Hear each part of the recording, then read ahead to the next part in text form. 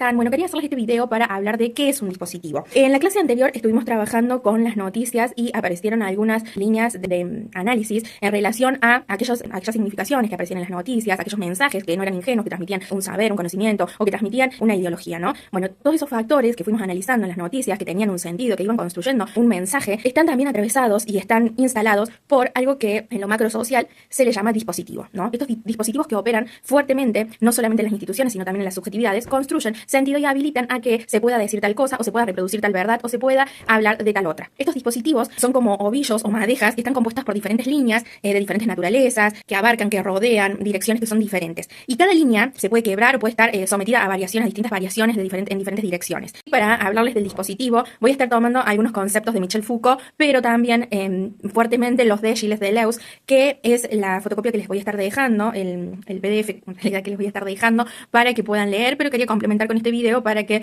vayamos haciendo una breve introducción a el concepto de dispositivo, ¿sí? Bueno, como les decía, es como si fuera una madeja, como una red multilineal que está compuesta por 4 líneas principales que se entrecruzan y se afectan mutuamente. Unas son las líneas de visibilidad, que son aquellas cuestiones o aquellas lo que se ve fácilmente, ¿sí? Para hablar del dispositivo voy a estar tomando algunos conceptos de Michel Foucault, pero también voy a estar tomando fuertemente conceptos de Gilles Deleuze, que es el PDF que les voy a estar dejando para que puedan complementar y puedan leer y podamos continuar la conversación en la siguiente clase.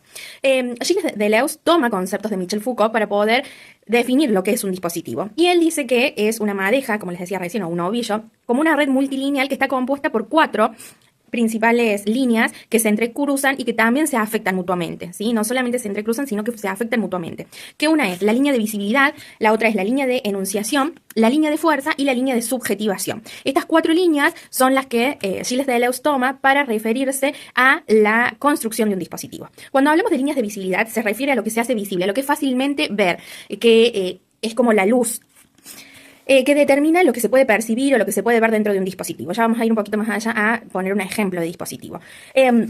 Bueno, se establecen cómo se presenta la realidad, no cómo se ve la realidad. Que podemos volver a pensar aquellas noticias que les di el encuentro anterior para analizar en ¿cuáles son esas líneas? ¿Qué es lo visible? ¿Qué es lo que se puede ver de lo que transmite la grupalidad de las noticias que les di, ¿no? Aquello que se puede ver, que se puede observar, son las líneas de visibilidad. Las líneas de enunciación tienen que ver con lo que puede ser dicho, con los regímenes del discurso, las formas de hablar, de expresarse, que son posibles dentro de un dispositivo, ¿sí? Definen el espacio de lo que se puede enunciar. Por ejemplo, poníamos la noticia del feminismo, ¿no? ¿Qué cosas se pueden decir dentro de una red feminista, dentro de un grupo feminista? Hay cosas que son líneas de enunciación que se pueden enunciar, que se pueden decir, y hay en otros espacios donde no se puede hablar de ciertas cosas, ¿no? Pongamos el ejemplo del aborto, de la discusión por el aborto legal. En el feminismo es una discusión que se permitieron dar porque el dispositivo permitió que esa discusión pueda avanzar, pueda ser dicha, pueda ser hablada, pueda ser nombrada. Pero sí vamos a la iglesia o algunas entidades ideológicas religiosas, hay lugares en donde no se ha podido dar esta discusión sobre el aborto sí, aborto no, legal, no, quizás aborto sí, aborto no, sí, pero sobre el aborto legal, ¿no? Porque es algo que pasa, pero la discusión era la legalidad de dicha acción, ¿sí? Bueno, ahí tenemos un ejemplo de lo que es una línea de enunciación. Las líneas de fuerza son las relaciones de poder que atraviesan y construyen el dispositivo. No son solo coercitivas, sino que son dinámicas y se producen en la interacción, moldeando las desigualdades y los desequilibrios que se conectan entre sí, ¿sí? Ya vamos a ir con un ejemplo ahí de líneas de fuerza, es que es un poquito más complejo.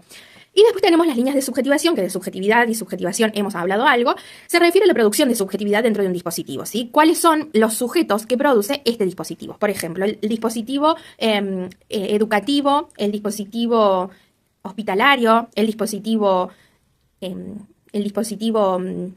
carcelario, ¿no? ¿Qué sujetos produce ese dispositivo? ¿Qué sujetos producen esas instituciones? ¿Sí? No es lo mismo dispositivo que instituciones, pero las instituciones tienen un dispositivo y están construidas por un dispositivo que produce subjetividad, que produce significaciones en los sujetos, que le cobran sentido a las formas de actuar, de hacer, de sentir, de pensar.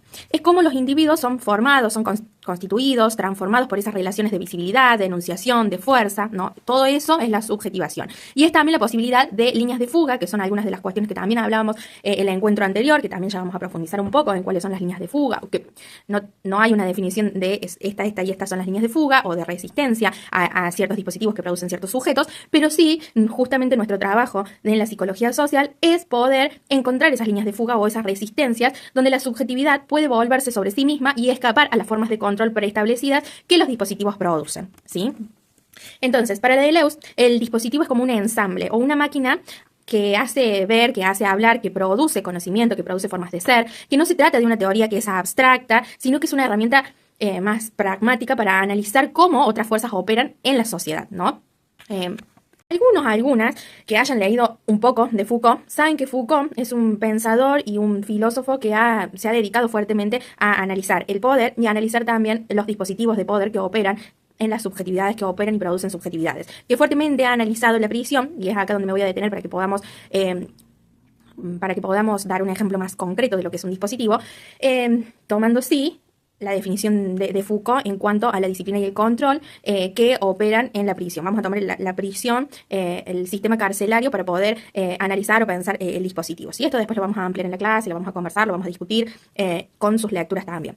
Pero bueno, analizando un poco la prisión y en particular el panóptico, que es un diseño arquitectónico de Jeremy Bettman, bueno, no sé muy bien traducir los apellidos difíciles, pero bueno, Foucault, en Vigilar y Castigar, en un texto, un libro en realidad de Vigilar y Castigar, estudia el dispositivo disciplinario de la prisión, que él dice que es un dispositivo por excelencia, en donde este diseño arquitectónico, el panóptico, funciona como el sistema de control y que produce un sistema complejo, donde tiene elementos que son heterogéneos, que tiene celdas individuales, que tiene torres de vigilancia, que tiene iluminación estratégica, ¿sí? Que además tiene horarios fijos, tiene rutinas de trabajo, tiene normas de comportamiento, tiene clasificación de los presos, de los que son delincuentes, que los que son enfermos, los que son más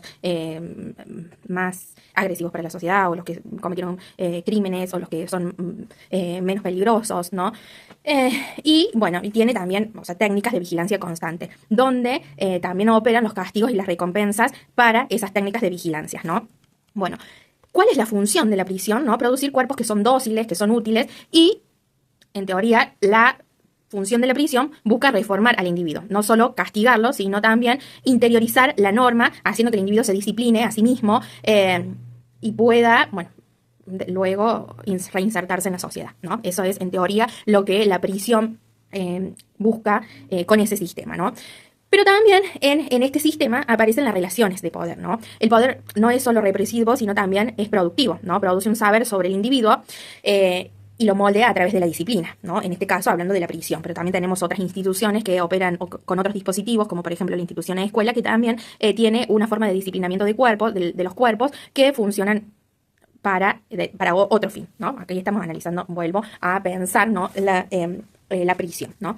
Bueno, según Gilles Deleuze, ¿no? Dice que la prisión es un dispositivo en flujo constante, donde las líneas se entrecruzan, ¿sí? Como el concepto que les daba recién. Esas líneas de visibilidad de las que él habla es la estructura panóptica que permite la vigilancia, que hace visible al prisionero, pero que oculta al vigilante, al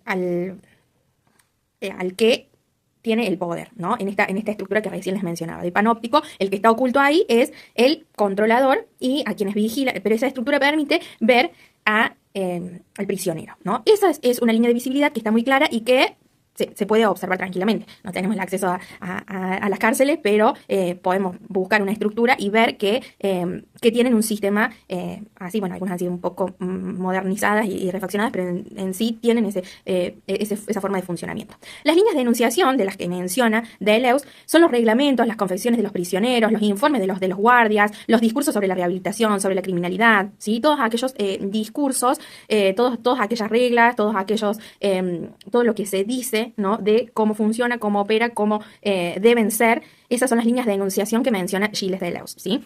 Y las líneas de fuerza son las relaciones de poder entre los guardias y los prisioneros, ¿no? Las rutinas impuestas, la violencia institucional, las microresistencias que funcionan dentro de una cárcel, las alianzas entre los prisioneros, ¿no? Y todas esas son líneas de fuerza que son como de resistencia,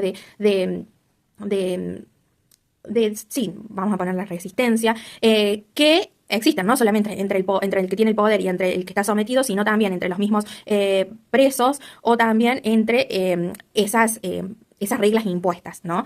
Esas líneas de fuerza que circulan y que no se hace para poder ser vistas, ¿no? Por ejemplo, que ahora yo lo puedo mencionar y lo menciono muy livianamente. Bueno, Foucault ha hecho una investigación, un análisis profundo institucional para poder saber cuáles son esas líneas de fuerza que operan en el sistema carcelario, ¿no? O en la prisión, como él lo nombra, ¿no? Y la línea de subjetivación es cómo el prisionero internaliza la norma y se constituye como sujeto encarcelado, pero también cómo pueden surgir formas de resistencia, de solidaridad o incluso la locura, ¿no? Como una línea de fuga frente al control total de los cuerpos, ¿no? Deleuze está interesado en cómo un prisionero, a pesar del dispositivo, puede desarrollar una forma de pensar o de ser que escapa a su captura total, ¿no? Y es por ahí que a nosotros como psicólogos sociales, pensando en teoría de los grupos, nos interesa también analizar los dispositivos, ¿no? Analizar cuáles son los dispositivos que operan dentro de ciertos discursos, cuáles son los dispositivos que operan, por ejemplo, las noticias que les di en el encuentro anterior,